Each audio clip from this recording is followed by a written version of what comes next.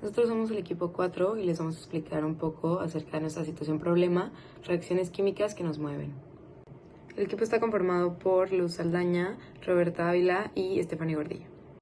Primero que nada debemos entender cómo funciona el auto desde el punto de vista químico y mecánico. Los autos funcionan gracias a un proceso llamado combustión, donde se quema gasolina o diésel para convertir la energía química en energía de movimiento. Y cuando el combustible se quema dentro del motor, se producen reacciones que generan calor y presión. Y esa presión mueve los pistones, por eso decimos que la combustión es lo que hace que el motor funcione.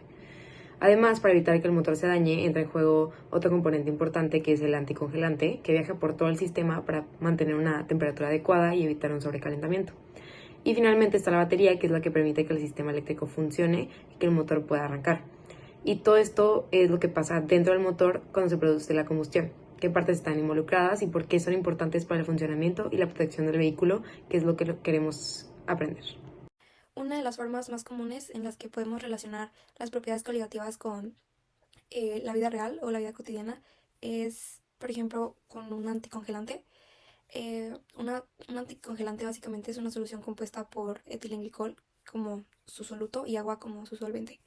Eh, un anticongelante asegura el funcionamiento óptimo de un vehículo y regula la temperatura del motor. Al mezclar el soluto y el solvente, el punto de fusión disminuye y el punto de ebullición aumenta, evitando que el motor se sobrecaliente o se solidifique.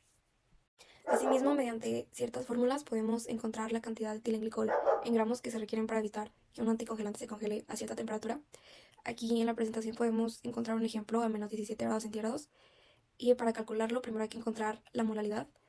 Eh, Después usamos esa molaridad para encontrar la cantidad de moles y quedan 9.13 moles. Y después esa cantidad de moles la podemos usar para determinar los gramos requeridos utilizando como la fórmula de N es igual a G entre masa molar. Y la despejamos y ya nos da el resultado en gramos, que es de 567 gramos aproximadamente. Lo que nos indica que con una mezcla de 567 gramos de etilenglicol por cada kilogramo de agua evitará que el anticongelante se congele incluso a una temperatura de menos 17 grados centígrados. Utilizamos las propiedades coligativas para poder determinar el punto de fusión de una solución como el anticongelante, que tiene una composición de 50% agua y 50% de etilenglicol, y a la temperatura que se congela es negativo 30 Celsius. Esto lo obtuvimos a través de la fórmula de punto de fusión y calculamos los moles, que define cuántos moles por kilogramo de solvente hay, y este es de 6.112 de 12, y el número de iones es 1, ya que es una molécula covalente, y la constante de fusión es 1.86, y por eso obtuvimos este resultado, por lo que de acuerdo a la temperatura más baja registrada en las ciudades de México, que es menos 17 Celsius, el anticongelante sí funcionaría en la ciudad de Monterrey, ya que tiene un punto de fusión más bajo. Se utiliza el etilenglicol como el soluto del anticongelante, ya que este aumenta el punto de ebullición y baja el punto de fusión de manera eficiente, y porque previene la corrosión de los metales. En cambio, solutos como el azúcar y el etanol y la sal no se utilizan porque el azúcar no obstruye el sistema al poder cristalizarse y necesita cantidades muy altas para poder hacer este efecto que hace el etilenglicol por su masa molar. El etanol, a pesar de tener un punto de fusión bajo, su punto de ebullición también es bajo, que tiende a evaporarse y también es inflamable, siendo un riesgo para la seguridad. Y la sal, en cambio, acelera, acelera el proceso de oxidación y provoca corrosión. Para saber cómo la termoquímica puede aplicarse en situaciones de la vida real, es importante primero entender qué son las reacciones endotérmicas y exotérmicas. Una reacción exotérmica libera calor, lo que provoca que el reactor esté caliente y su cambio en la entalpía es negativo.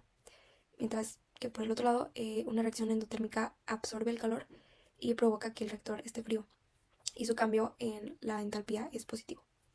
El octano, hexadecano y etanol son reacciones de combustión o combustibles que son usados para distintos tipos de motores. Eh, las tres reacciones son exotérmicas y aquí podemos ver sus ecuaciones químicas balanceadas. En el caso del octano y el hexadecano, su ecuación química balanceada a un mol queda en decimales, por lo que usualmente se suele multiplicar a 2 moles para que queden enteros toda la ecuación balanceada. Entonces quedarían aquí como están en la presentación. mientras que en el caso del etanol no es necesario y su ecuación balanceada queda a 1 mol con enteros. Utilizamos la termodinámica para medir la eficacia de los combustibles. En este caso, analizamos tres combustibles, el octano, el hexadecano y el etanol, y podemos analizarlos a través de obtener su valor de entalpía para saber si son exotérmicos o endotérmicos y qué valor es mayor. La eficacia del combustible se demuestra a través del calor liberado por el proceso de combustión. Para sacar el valor de entalpía utilizamos la ecuación y la entalpía de formación de cada uno de los compuestos y demostró que cada una de las reacciones es exotérmica, pero el hexadecano es más eficiente al liberar más calor que el octano y el etanol.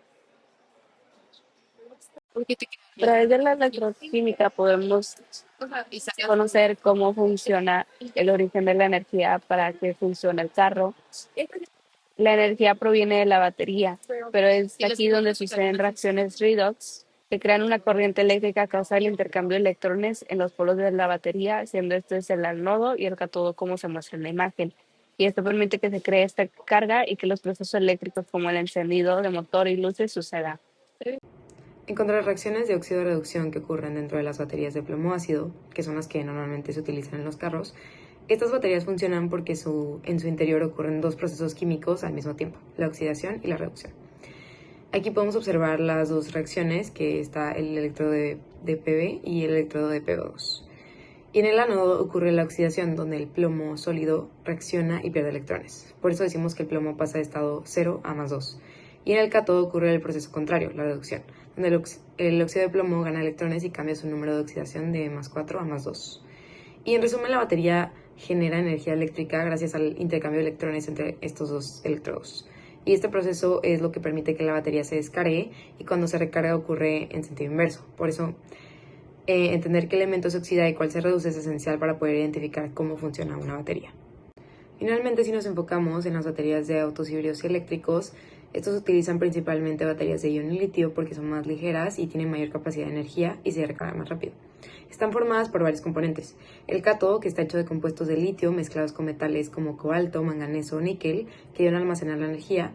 El ánodo, generalmente, que es grafito o silicio, donde se alojan los iones de litio durante la carga. Y tiene un electrolito, que es una sustancia que permite el movimiento de los iones. Y un separador que evita que el ánodo y el cátodo se toquen directamente. Y todos estos son los que hacen que los autos eléctricos puedan almacenar tanta energía y entregarla cuando el motor la necesita.